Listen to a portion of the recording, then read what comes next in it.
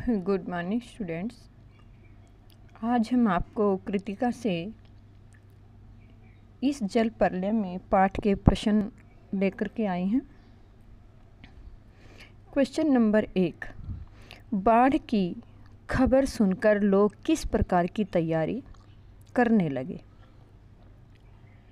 बाढ़ की खबर सुनकर लोग सुरक्षित स्थानों पर जाने लगे।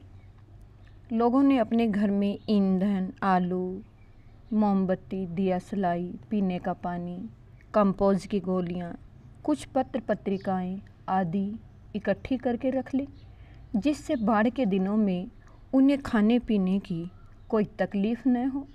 बाढ़ के कारण घर से न निकल पाने की स्थिति में वे जब बोर हो जाएं तो पत्र पत्रिकाएं पढ़कर अपना मन लगा सकें और अपना समय व्यतीत कर सकें। क्वेश्चन नंबर 2, बाढ़ की सही जानकारी लेने और बाढ़ का रूप देखने के लिए लेखक क्यों उत्सुक था?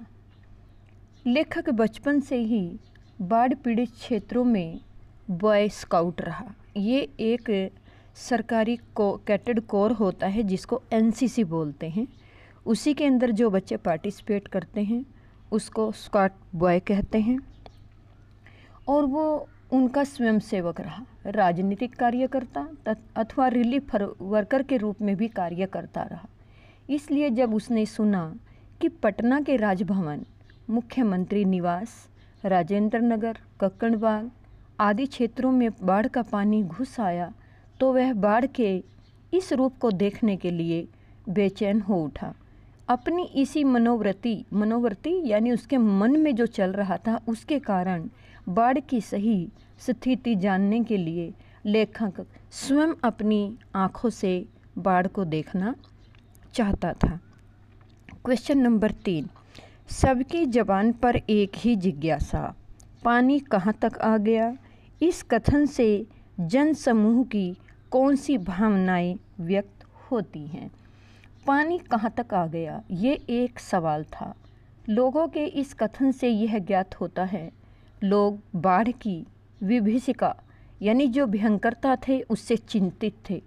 उनसे यह जानने की इच्छा थी कि पानी कहाँ तक आ पहुँचा, जिससे वे यह अनुमान लगा सकें कि उनका क्षेत्र बाढ़ से कितना सुरक्षित है अथवा क्या उन तक बाढ़ का पानी पहुँच सकता है।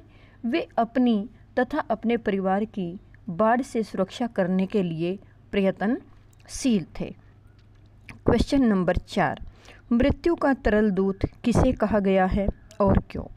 बाढ़ के तेजी से उफनते हुए गेरुए रंग के अपने मुंह में झाग को दबाए हुए बहते पानी को मृत्यु का तरल दूत कहा गया है, जो अपने साथ सभी कुछ डुबोते हुए चला जा रहा था।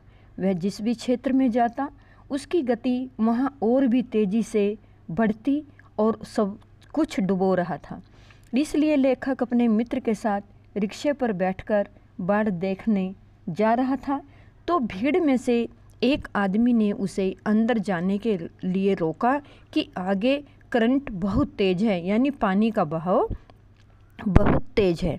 क्वेश्चन नंबर 5, आपदाओं से निपटने के लिए अपनी तरफ से कुछ सुझाव दीजिए। आपदाओं से निपटने के लिए हमें हमेशा सचेत रहना चाहिए, यानी जागरूक रहना चाहिए। पानी की निकासी के लिए नालों की सफाई वर्षा ऋतु से पहले ही करवा देनी चाहिए। नालों के अंदर प्लास्टिक, पॉलीथीन आदि से निर्मित कोई भी वस्तुएं हों वो नहीं डालनी चाहिए। नदियों में गंदगी प्रवाहित नहीं करनी चाहिए, इससे नदियों की गहराई कम हो जाती है। अपने घर में खाद्य पदार्थ सामग्री, पेयजल, ईंधन, आवश्यक वस्तुएं रख लेनी चाहिए ताकि समय आने पर हमें कोई कठिनाई का सामना ना करना पड़े। क्वेश्चन नंबर 6, यहीं जैसे कोई अहंकार में बोल देता है, यहीं जब दानापुर डूब रहा था तो पटनिया बाबू लोग उलटकर देखने भी नहीं गए। अब बूझो इस कथन द्वारा लोगों की किस मानसिकता पर चोट की गई है। इस कथन के द्वारा लेखक ने उन लोगों की मानसिकता पर चोट की है, जो अपनी चिंता तो करते हैं परंतु उन्हें दूसरों की कोई परवाह नहीं होती।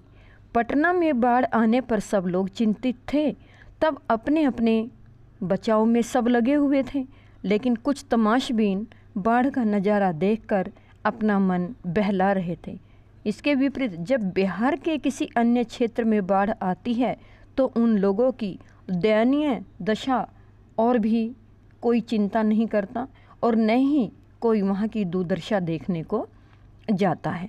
क्वेश्चन नंबर 7, खरीद बिक्री बंद हो चुकने पर भी पान की बिक्री अचानक क्यों बढ़ गई? जब पटना में बाढ़ आई तो सब दुकानें बंद हो चुकी थी, यानी बाज़ार बिल्कुल बंद हो गया था। सभी ने अपना सामान, जो निचले तबके में निचले हिस्से में दुकानें थी, सभी लोगों ने अपना वहाँ से सामान उठाकर ऊपर की मंजिल में रख लिया और पहुँचाना भी शुरू किया। इससे समस्त व्यापारियों की खरीद बिक्री जो थी प्रभावित हुई और बंद हो गई। इस स्थिति में भी पान वालों की बिक्री अचानक इसलिए बढ़ गई क्योंकि पान वाले की दुकान पर एक रेडियो लगा हुआ था। लोग वहाँ पर समाचार सुनने के लिए इकट्ठे होते थे, समाचार सुनते थे और साथ में पान खाते थे, इसलिए पान वाले की बिक्री अचानक बढ़ गई। बच्चों, इस वीडियो में मैंने आपको 7 क्वेश्चन कराए हैं। बाकी के क्वेश्चन कल की वीडियो में करवाऊंगी। आप ये सभी अपनी उत्तर पुस्तिका पर सुंदर राइटिंग में लिखेंगे।